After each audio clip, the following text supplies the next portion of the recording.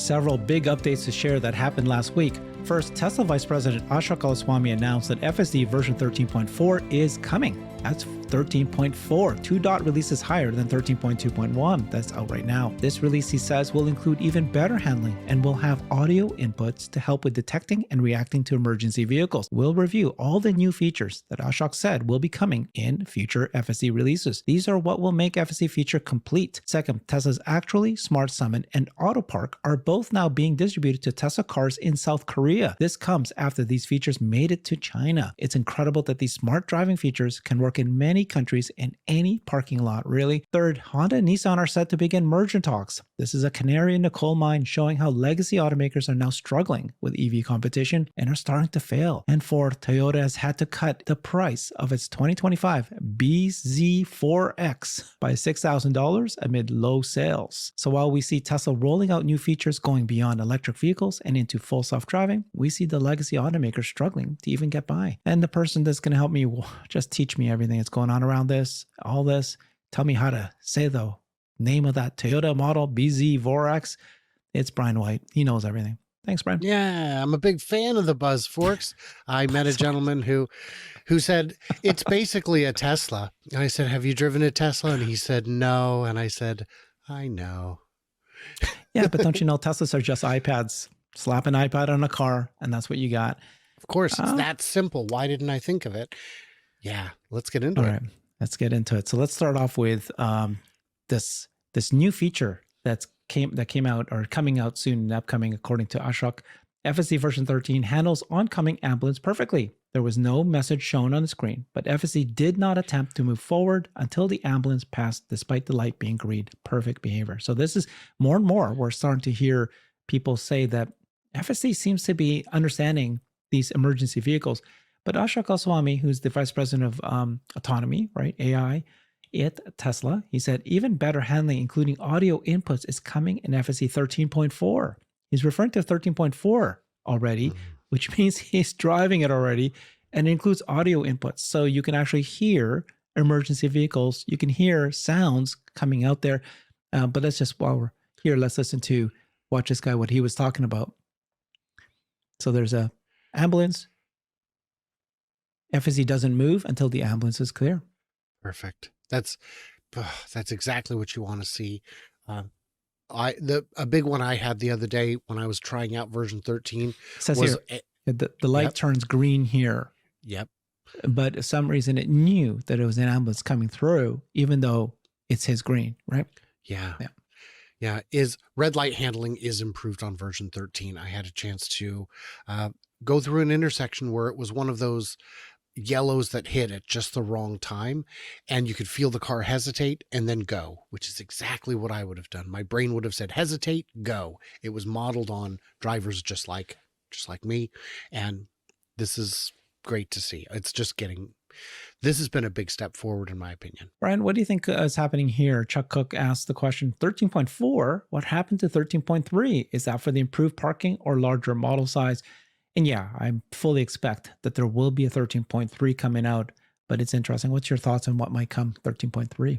Couldn't even guess. I am so typically very late to the releases that I don't have a good barometer of what's going on. I would say that this time is, I'm at the earlier end of the wide release wave, which is wonderful. And I've rewarded Tesla by making videos about it. But this is not that big of a deal, I would say. By now, I would assume a lot of people have version 13. I know a week ago when we first saw version 13 going out, I saw a lot of everyday people on X saying that they had received it that night and were uploading or downloading it. So, yeah, I think it's all, they'll just keep adding stuff. We are closing the final remaining gaps in what it needs to be and do. Okay. Let's take a closer look at this feature of the audio input. Seti Park on X, Seti_Park. He does a fantastic job, this person, on tracking the patents. And he said this audio input feature detailed in this patent appears to be officially operational. It will come in 13.4 and later versions. And kind of reads out here.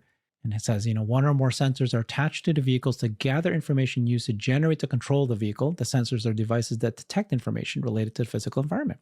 Okay. It could be image sensors, right? It could be, that's one example. Another example, maybe geolocation sensors like GPS. And yet another example, the sensors may be microphones that detect sounds in the environment in the form of audio signals. So that's great. Just like humans, right? There you go. Yes, we have microphones in the car already. If you have a smart speaker, it is always kind of listening. It needs to be prepared when you say, hey, smart speaker. But I think this is the same kind of thing where the interior cabin will listen for the distinctive pattern of sirens. And there's only a handful of siren types in the world. You could even make it recognize only the siren types in the place where it is. So in the US, it might not recognize a European style siren. So I think it would just kick it into a heightened mode of awareness and say, look around. Do you see it? Is it there? And behave appropriately. Isn't that great? Yeah. This is a robot on wheels. It's got the vision. Now it's got the hearing. Maybe it also has touch, right? Yeah, it probably does.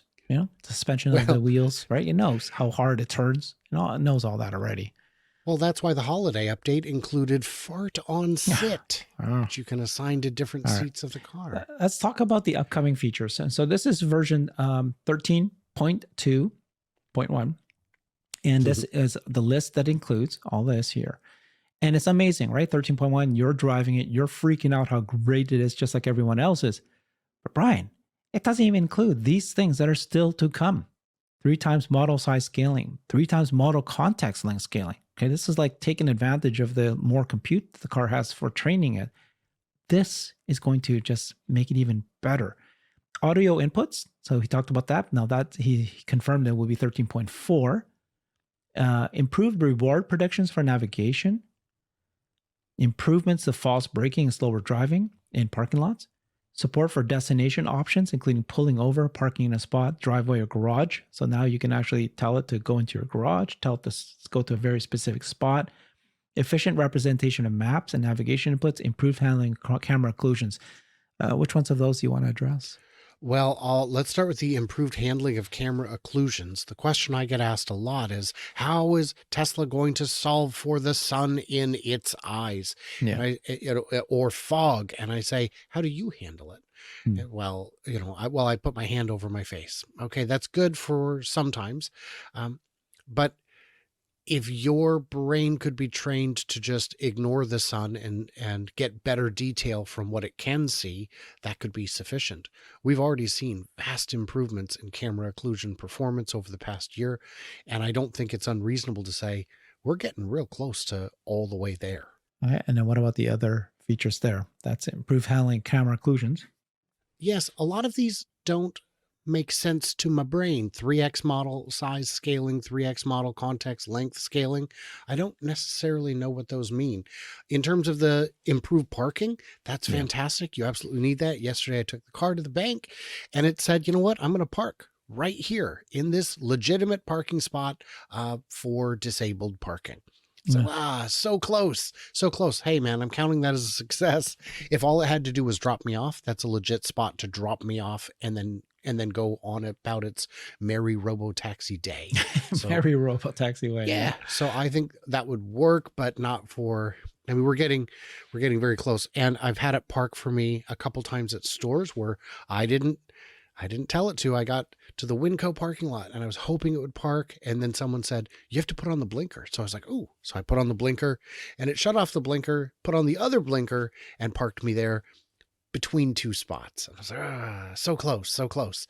Big step forward, not quite all the way there. Yeah. Sounds like they're going to work on it. And he also said parking in parking garages. So you'll know how to do that indoors. And oh man, it's fun. Okay. And in your garage. Wouldn't it be great if you could just, drop the groceries where you need to? I have a windy driveway. And so it would just be wonderful if it knew. Sometimes when I get dropped off by Uber and Lyft, I want it to be right at the front and I'll walk down my own driveway. And sometimes I want the car to go all the way down to my garage. So this is how you tell it which one you want. So it's unbelievable, right? That full self-driving is being rolled out to right now the US and Canada. It's all Cybertrucks, which are different vehicle types, right? Not yet quite to hardware 3 cars, but they're promising that there'll be a 12.6 that's going to come out for that. But this actual Smart Summon, and AutoPark is showing up in multiple countries. So I'm going to share that it obviously also appeared in China now, but now it's appearing in Korea. So Korea now has actual Smart Summon and AutoPark are being sent there. Many Koreans waited, love it. So this is kind of what they're seeing in their cars now. The car is able to park, summon in the vehicles there. Tesla Korea will also release AutoPark soon following the actual Smart Summon. And here's the example of that. And by the way, it's also happening in China. So I do have that video here of that you can do this in China. So it's just, I just think that's incredibly like important to know that Tesla can just launch a feature in almost any country, in almost any parking lot. It's like there, let's do it as soon as they get regulatory approval. Yeah. And what is this worth in terms of revenue, in terms of people adopting this software? Every time you make it better, somebody's going to look at it and say, this is for me. I must have this. And of course, anyone who has bought it, every time you roll out another feature, it's a little sliver of revenue you're able to recognize from past sales. So this is a degree of product development and marketing that no other company has. Yeah, we reported recently too, right, that Waymo announced that they're going to release their robotaxi. They're going to have robotaxi in Japan. Great.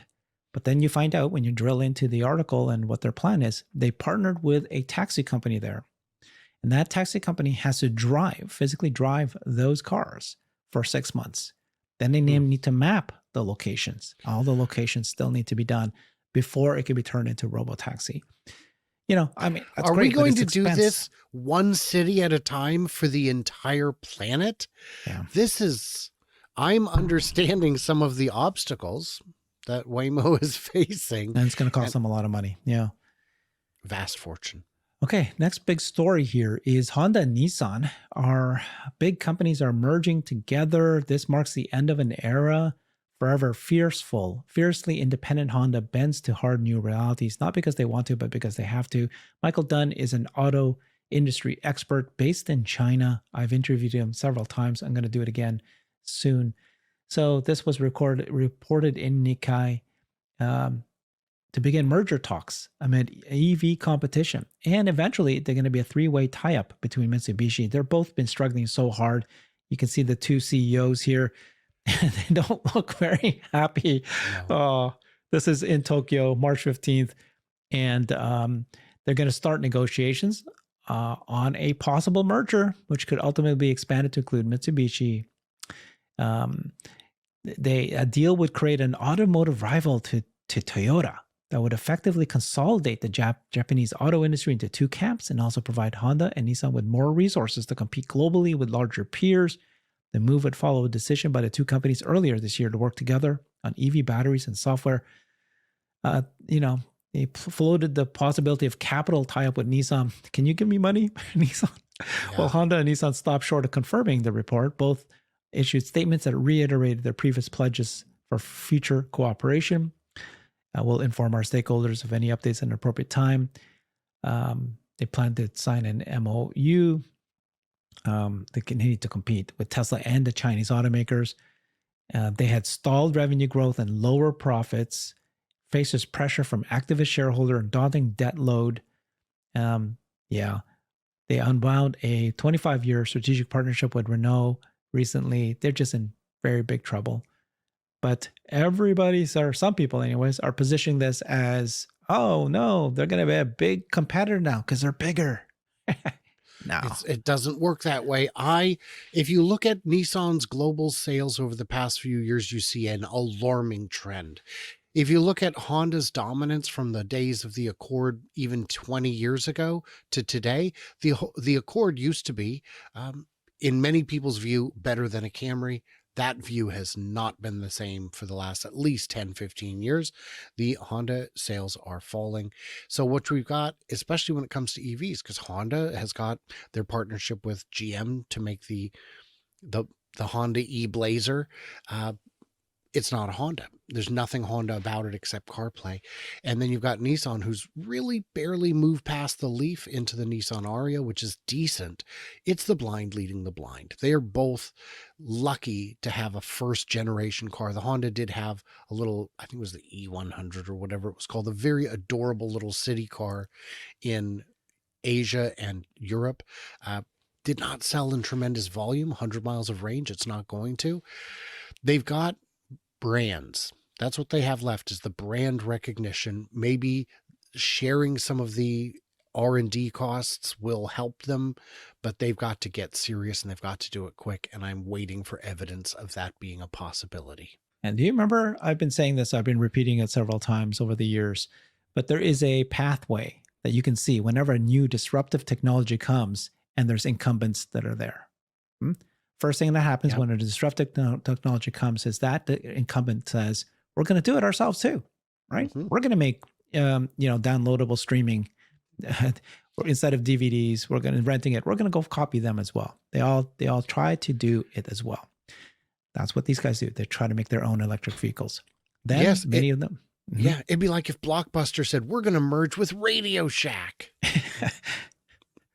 Okay. So then after they try to do it themselves, and in this case, they're struggling, there's competition, some of them just can't make it happen.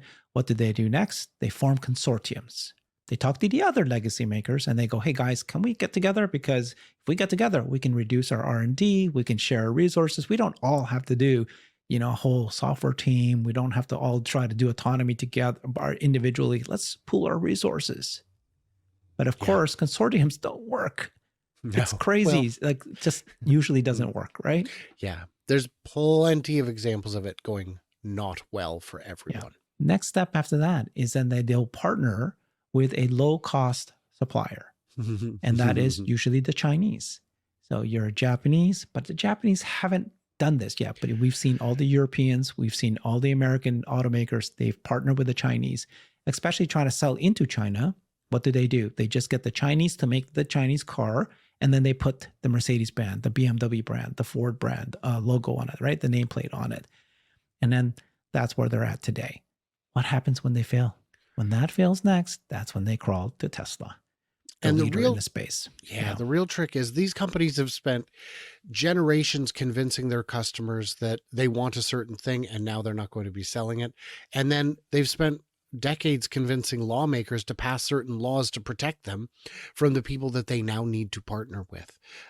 A lot of, like Stellantis was planning to have a Chinese company build a bunch of EVs for them that they could import and sell as domestically branded vehicles, except that they were also pushing for a tariff on Chinese vehicles, and that affects them too. So their execution strategy is lacking. All right. Toyota, everybody thinks that they're the leader, and you got to watch out because when they come, they're going to come for you.